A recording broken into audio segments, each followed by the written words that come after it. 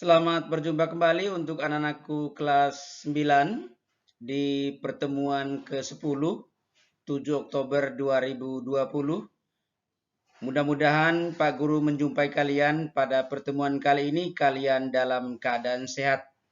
Dan pesan Pak Guru di awal, selalu jaga kesehatan, jangan lupa menggunakan masker kemanapun kalian pergi.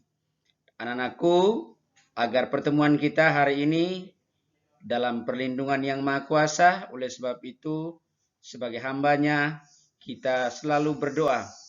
Untuk itu, kita mengawali proses pendidikan pembelajaran kita hari ini. Kita berdoa menurut agama dan kepercayaan kita masing-masing. Berdoa, kita mulai. Untuk kompetensi inti yang pertama, kita sudah lewati tadi, sudah lalui pada sesi pertama tadi. Dan untuk kompetensi inti yang kedua, kalian bisa lihat di layar media sosial kalian saat ini. Kompetensi inti yang ketiga, memahami dan menerapkan pengetahuan faktual, konseptual, dan prosedural berdasarkan rasa ingin tahunya tentang ilmu pengetahuan, teknologi, seni budaya terkait fenomena dan kejadian tampak mata. Untuk kompetensi yang keempat, yang terakhir, mohon itu dibaca dengan baik di layar media sosial kalian, itu sudah Pak Guru tampilkan. Sedangkan kompetensi dasar kita masih pada seperti pertemuan yang lalu, yaitu menelaah perubahan keruangan dan interaksi antar ruang negara-negara Asia dan benua lainnya yang diakibatkan faktor alam, manusia dan pengaruhnya terhadap keberlangsungan kehidupan manusia dalam kelompok ekonomi, sosial, pendidikan, dan politik. Untuk tujuan pembelajaran kita, yaitu menjelaskan dinamika penduduk Asia dan benua lainnya. Anak-anakku semuanya, sebelum kita sampai kepada materi hari ini, di awal pertemuan materi ini, Pak Guru mengingatkan kembali bahwa anak-anakku kelas 9 diharapkan kelak kalian memiliki karakter bertanggung jawab. Sebagaimana Pak Guru sering mengingatkan bahwa pembelajaran kita hari ini, proses pembelajaran kita hari ini, berlangsungnya pembelajaran kita hari ini adalah bagian dari kalian belajar bertanggung jawab. Itu artinya kalian mengikuti proses kegiatan pembelajaran ini dari awal sampai akhir dan pengumpulan tugas yang diberikan oleh Pak Guru nanti itu sampai tuntas. Dan kalau kalian mengikuti semua dari awal sampai akhir, maka kalian sudah memiliki karakter bertanggung jawab. Itu adalah harapan Pak Guru, termasuk harapan sekolah kita yang kita cintai ini. Anak-anakku, untuk hari ini kita belajar menyangkut dinamika benua Afrika. Dinamika penduduk benua Afrika. Untuk anak-anak pahami, penyebaran penduduk benua Afrika itu tidak merata. Sama juga kemarin dengan kita bicara benua Amerika, tetapi kalau Eropa beda, itu merata. Kalau Asia juga tidak merata dia penyebarannya. Yang berikutnya berkaitan dengan pertumbuhan penduduk. Kalau Afrika, pertumbuhan penduduk alaminya 2,5% per tahun, sedangkan Amerika itu 0,9%. Itu kalau kita banding-banding. Kemudian Eropa hanya 0,2, kalau Indonesia 3,2. Jadi kalau bandingkan dengan Afrika, kemudian kaitkan dengan Indonesia saja ya, itu Indonesia sudah luar biasa penduduknya itu banyak. Kemudian komposisi penduduk Afrika, jumlah kelahiran 36 jiwa tiap 1000 penduduk per tahun. Sangat tinggi dan 10 jiwa penduduk yang meninggal setiap 1000 penduduk per tahun. Angka migrasi penduduk Afrika negatif, artinya tidak seperti Indonesia. Indonesia itu sangat tinggi. Afrika itu tinggi.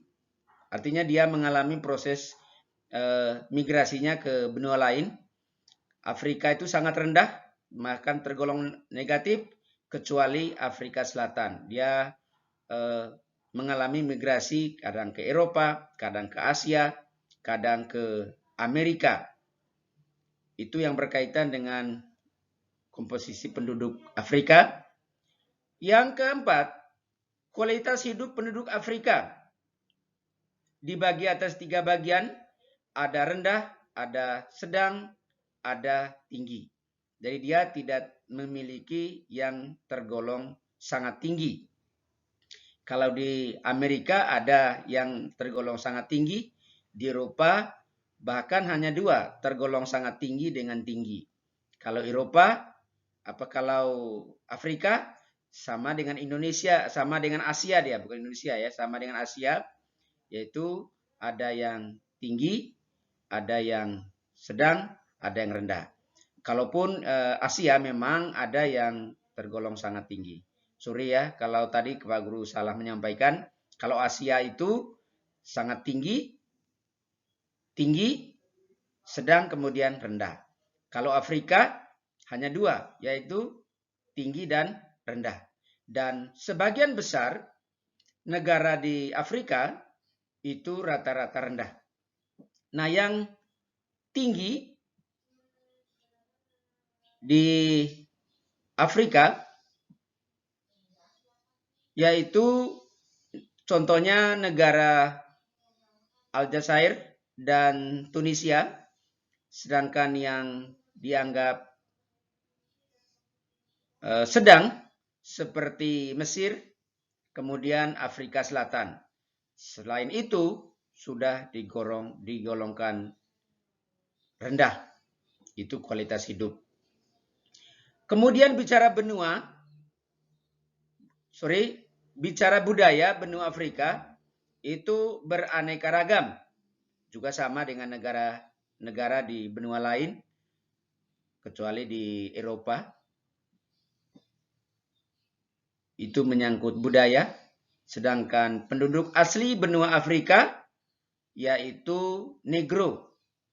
Namun Negro ini dibagi atas 2 bagian. Ada namanya Negro Sudan dan ada namanya Negro Bantu. Kalau Negro Sudan itu ciri-cirinya ya rambutnya keriting, badannya kekar, tinggi, kemudian bibirnya tebal. Kalau Negro Bantu itu kurang dari itu. Ya kurang lebih sama. Cuman kan dari sisi kekar dan bibir tadi yang berbeda. Kalau Negro Bantu agak tipis bibirnya. Kalau Negro Sudan itu bibirnya tebal.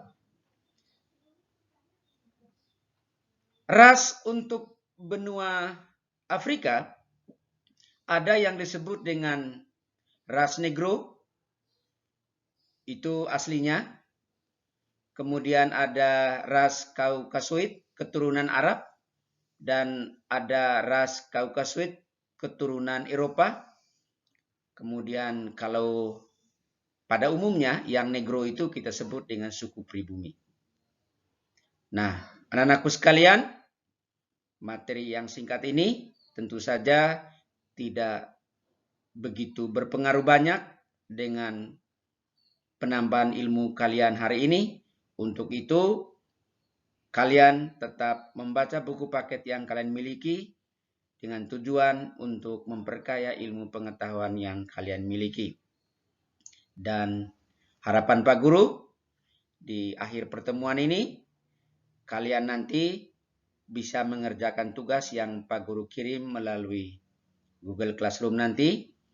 Lengkapi identitas kalian, karena kelengkapan identitas kalian adalah bagian dari kesempurnaan penilaian yang Pak Guru berikan. Akhirnya, Pak Guru mengucapkan selamat belajar, selamat mengerjakan tugas, dan selalu jaga kesehatan. Ingat pesan awal Pak Guru tadi, selalu memakai masker kemanapun kalian pergi. Dan sampai jumpa pada pertemuan yang akan datang pada pelajaran yang sama. Salam sehat.